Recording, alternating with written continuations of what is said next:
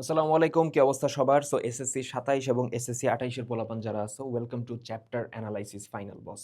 So এই সিরিজের মধ্যে আমরা যেকোনো একটা চ্যাপ্টারের প্রতিটা ভিডিওতে যেকোনো একটা চ্যাপ্টারের সিকিউ, এমসিকিউ, বেসিকের জন্য কতদূর ইম্পর্টেন্ট, কয়টা কোয়েশ্চেন আসতে পারে, একদম সব ডিটেইলড অ্যান্সার করি। ঠিক আছে? সো আমি সোহানুর রহমান, কথাবার্তা না বাড়ায় শুরু করি। আজকে আমরা জেনারেল ম্যাথের চ্যাপ্টার ১৭ নিয়ে কথা বলবো, যেটা হলো পরিসংখ্যান। সো পরিসংখ্যান এমনি চ্যাপ্টারটা ছোট, চ্যাপ্টার থেকে একটা সিকিউ পাবাই পাবা, অ্যান্সার করাই লাগবে। সো সব মিলে আমরা যদি কথা বলি যে চ্যাপ্টারে আছেটা কি, প্রথমত চ্যাপ্টারে অনুশীলনী একটাই, অনুশীলনী ১৭।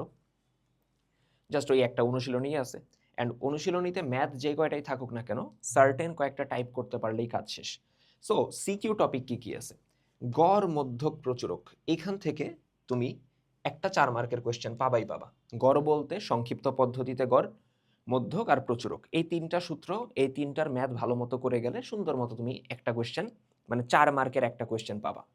এরপরে আয়ত লেখ, গণসংখ্যা বহুভুজ অথবা অজীব রেখা, এখান থেকে তুমি আরেকটা কোয়েশ্চেন পাবা। গণসংখ্যা বহুভুজ, অজীব রেখা, এই দুইটা বেশি ইম্পর্টেন্ট। আয়ত লেখ নট দ্যাট মাচ। বুঝাইতে পারছি? এই হলো আমাদের এই চ্যাপ্টারের সিকিউ টপিক, শেষ, আর কিছু নাই। এমসিকিউ টপিকের ক্ষেত্রে গড়, মধ্যক, প্রচুরক আসে কিন্তু অবিন্যস্ত, মানে তোমারে বলে দিবে যে ৩৩, ১০, ১৫ এরকম কিছু ডেটা দিয়ে বলবে এদের গড় কত, মধ্যক কত, প্রচুরক কত। বুঝা গেছে?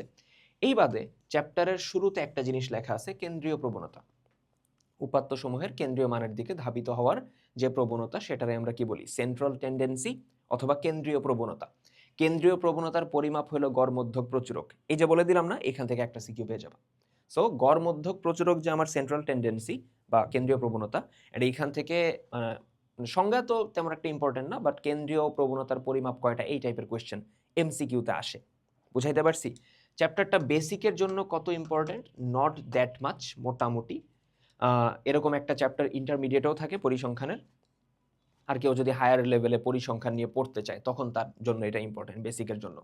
স্কুলে একটা কোয়েশ্চেন পাইতেছই, বোর্ডে একটা কোয়েশ্চেন পাইতেছই। সিকিউ আসার পসিবিলিটি আসবেই, মাস্ট, অ্যান্সার করাও লাগবে মাস্ট। এমসিকিউ ২ থেকে ৩টা সর্বোচ্চ, ৩টা হবে না, ২টা ধরতে পারো, ২টা এমসিকিউ পাবা এখান থেকে। সো এই হলো আমার এই চ্যাপ্টারের অ্যানালাইসিস। এখন কথা হইলো, আমরা এই পিডিএফ, এই প্লে লিস্টে তোমাকে সাথে সাথে একটা দেই না, পিডিএফ দেই না?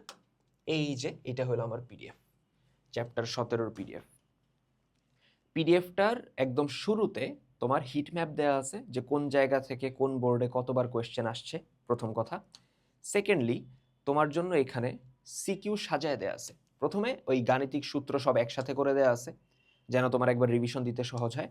দেন টপিক ওয়াইজ সিকিউ এমসিকিউ দেওয়া আছে। এই যে এই সিকিউ এমসিকিউগুলো যদি করে ফেলতে পারো, ১৯ পেজের পিডিএফটা, এইটা যদি একদম ডিটেইলডে ভালো মতো তুমি নিজে নিজে শেষ করতে পারো, তাহলে এই চ্যাপ্টার থেকে তোমার আর কোনো সমস্যা থাকবে না। সো পিডিএফটা থাকবে কই? পিডিএফটা থাকবে এসএসসি ২৭-এর গ্রুপে, এসএসসি ২৮-এর গ্রুপে। যে এসএসসি ২৭ সে ডেসক্রিপশন বক্স থেকে ২৭-এর গ্রুপে যাবা, যে ২৮ সে হলো ২৮-এর গ্রুপে যাবা। কথা ক্লিয়ার? ঠিক আছে? ওইখানে সুন্দর মতো একটা পোস্ট থাকবে আমার, ওই পোস্টে আমি হলো পিডিএফটা দিয়ে দিব। অ্যান্ড যারা ২৭-এর আসো, বেশি দিন নাই, প্রিপারেশন গুছায় নিতে হলে এখনই যত দ্রুত সম্ভব এলআরবিতে বা আমাদের এসএসসি ২৭-এর last short revision programme, last short revision batch, যেটাকে আমরা এলআরবি বলে থাকি, এলআরবি কিন্তু লঞ্চ হয়ে গেছে। সো এলআরবিতে যত দ্রুত পারো এনরোল হয়ে যাও, কারণ হইলো এই একটা কোর্সের মধ্যে যেই পরিমাণ ভ্যালু তোমাদেরকে প্রোভাইড করা হইতেছে, advance question solving, compact classes, তার বাইরে হইলো তোমার এসএসসির সাজেশনের একটা ইবুক দেওয়া হবে, এসএসসি সাজেশন 2.0 কিউএন এর যে বইটা আছে, ওই বইটার একটা পিডিএফ দেওয়া হবে, ইবুক ভার্সন আর কি। দেন অবভিয়াসলি আমাদের সাথে ইন্টারাকশন তো আছেই। সব মিলায় লাইক এইটার মাধ্যমে তুমি তোমার প্রিপারেশন একদম গুছায় ফেলতে পারবা। আর এখন এসএসসি ২৮ বলবা, ভাই আমরা কি করব? তোমাদের জন্য আছে না কমপ্লিট একাডেমিক প্রোগ্রাম, একদম ডিটেলসে সকল একাডেমিক ক্লাসেস থেকে শুরু করে test paper solving, board standard exam, তারপর গ্রুপের সাপোর্ট তো আছেই, এসএসসি সাজেশন 2.0 আছে, পুরা বছরের গাইডলাইন, এভরিথিং এভরিথিং এই একটা কোর্সের মধ্যে আছে। সো কামব্যাক কুপন চলতেছে, এখনো আছে, হ্যাঁ 30% আছে ডিসকাউন্ট। সো ডিসকাউন্ট থাকতে থাকতে ভর্তি হয়ে যাও।